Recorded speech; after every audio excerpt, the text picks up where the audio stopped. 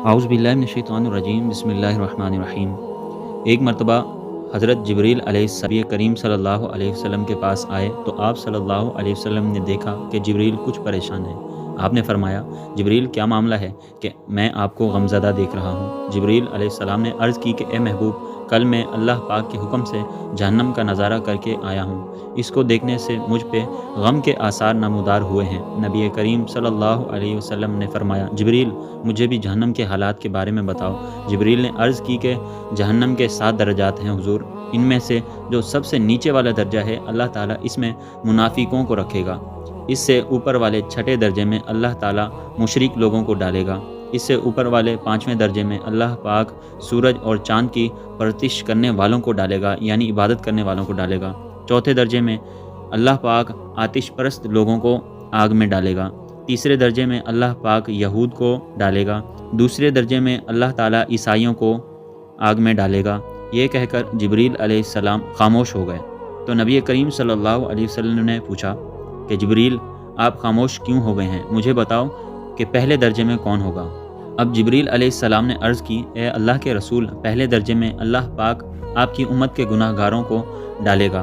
جب نبی کریم صلی اللہ علیہ وسلم نے یہ سنا کہ میری امت کو جہنم میں ڈالا جائے گا تو آپ بے حد غمگین ہوئے اور آپ نے اللہ کے حضور دعائیں کرنا شروع کر دی۔ 3 دن ایسے گزرے کہ اللہ کے محبوب مسجد میں نماز پڑھنے کے لیے تشریف لاتے، نماز پڑھ کر حجرے میں تشریف لے جاتے اور دروازہ بھی بند کر کے اللہ کے حضور رو رو کر فریاد کرتے۔ صحابہ حیران تھے کہ نبی کریم صلی اللہ علیہ وسلم پہ یہ کیسی کیفیت طاری ہوئی ہے۔ مسجد سے حجرے میں جاتے ہیں، گھر بھی تشریف لے کر نہیں جاتے۔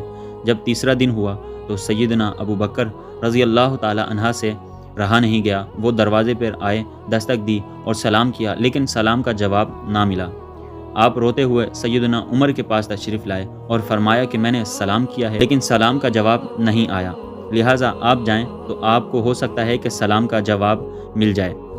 آپ گئے تو آپ نے 3 بار سلام کیا لیکن جواب نہ آیا۔ اب حضرت عمر نے حضرت سلمان فارسی کو بھیجا لیکن پھر بھی سلام کا جواب نہ آیا۔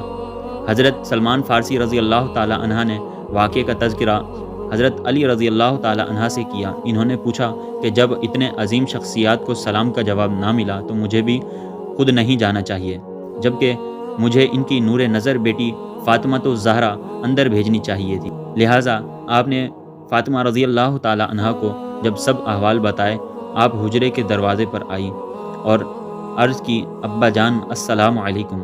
بیٹی کی آواز سن کر محبوب کائنات اٹھے، دروازہ کھلا اور سلام کا جواب دیا۔ ابا جان، آپ پر کیا کیفیت طاری ہے کہ 3 دن سے آپ یہاں تشریف فرما ہیں؟ نبی کریم صلی اللہ علیہ وسلم نے فرمایا کہ جبریل نے مجھے آگاہ کیا ہے کہ میری امت بھی جہنم میں جائے گی۔ فاطمہ بیٹی، مجھے اپنی امت کے گناہ گاروں کا غم کھائے جا رہا ہے اور میں اپنے مالک سے دعائیں کر رہا ہوں کہ اللہ تعالیٰ ان کو معاف کرے اور جہنم سے بری کرے۔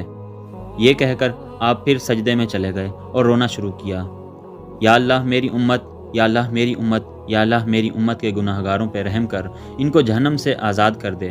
کہ اتنے میں حکم آیا، وَلَسَوْفَ يُعْطِيكَ رَبُّكَ فَتَرْضَىٰ، اے محبوب غم نہ کر، میں تم کو اتنا عطا کر دوں گا کہ آپ راضی ہو جائیں گے۔